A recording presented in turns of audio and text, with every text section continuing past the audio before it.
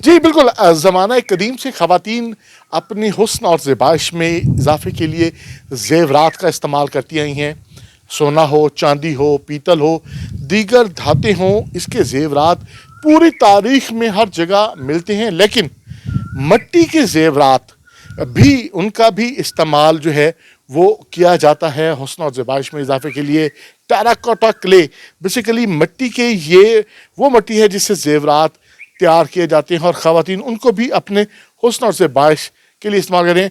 बहावलपुर से ताल्लुक़ रखती हैं मरियम आमिर, जिन्होंने एक मरतबा फिर इस मिट्टी से जो है वो अपनी मोहब्बत दिखाई है और सोना जो 4 लाख रुपए तोलने तक पहुंचा हुआ है, आसान तरीन हल निकाला है कि इस मिट्टी से जो है वो आराइशी ज़ेवरात जो हैं वो तैयार किए हैं। मरियम, आप मिट्टी से ज़ेवरात बना रही हैं, अपने बारे में बताएं भी और क्या काम करती हैं?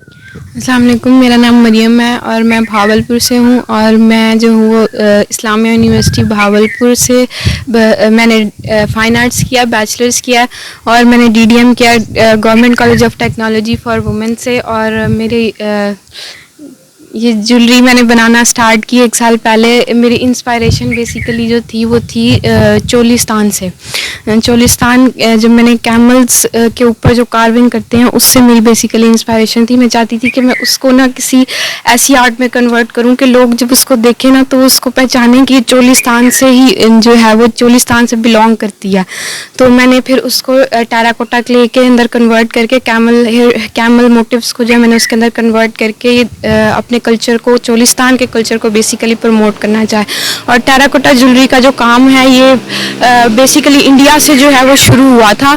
इंडिया में जो है ना इसका बहुत ज़्यादा कल्चर है, मतलब वहाँ पे लोगों को बहुत ज़्यादा अवेयरनेस है इसकी। पाकिस्तान में जो है अभी लोगों को इतनी अवेयरनेस नहीं है इसके बारे में। वो कहते हैं कि ये मिट्टी है आम सी, इसमें इसकी ज्वेलरी कैसे बन सकती है।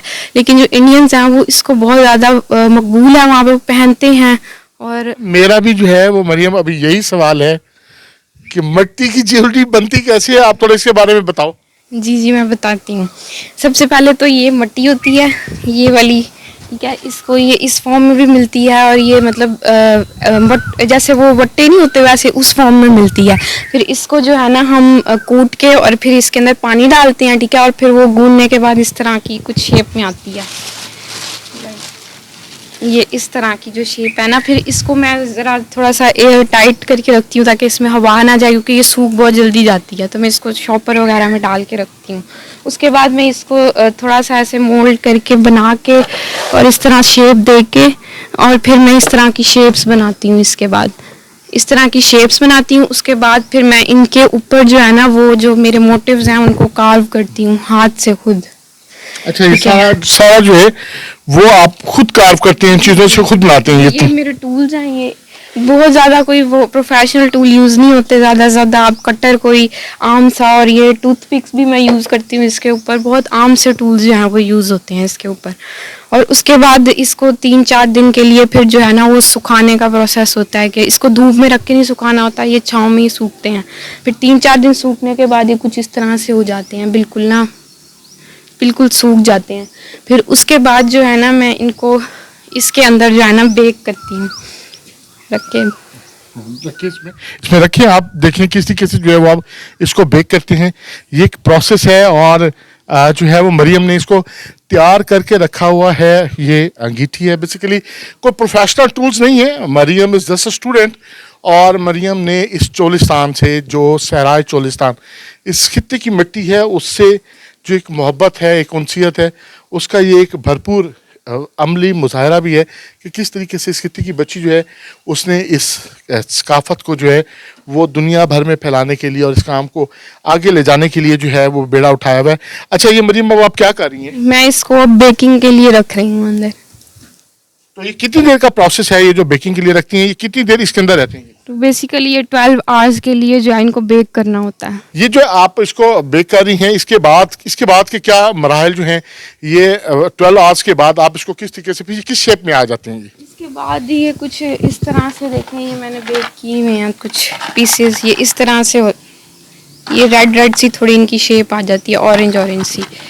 फिर उसके बाद मैं इसके ऊपर कलर अप्लाई करती हूँ और ये वाले कलर्स हैं जो मैं इसके ऊपर अप्लाई करती हूँ। अच्छा, उसके बाद फाइनल शेप क्या आती है? फाइनल शेप उसके बाद ये आती है।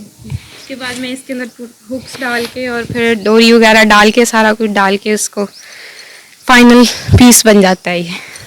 जी बिल्कुल, ये आर्ट एंड क्राफ्ट है और बेसिकली इस मिट्टी से जो है मोहब्बत का सबूत है। ये जो तस्वीरें यहाँ लगी हुई हैं, ये तस्वीरें कहीं बाहर से नहीं आई, ये वही जेवरात हैं, ये वही इसी मिट्टी से, चोलिस्तान की मिट्टी से तैयार किए हुए हैं। टेराकोटा क्ले वर्क है और बेसिकली ये तमाम काम, ये जो एक हुस्न और ज़ेबाइश के लिए ये जो जेवरात हैं जो इस्तेमाल किए जा रहे हैं, ये जो नज़र आ रहे हैं, ये खुद जो हैं वो बनाए हैं मरियम ने।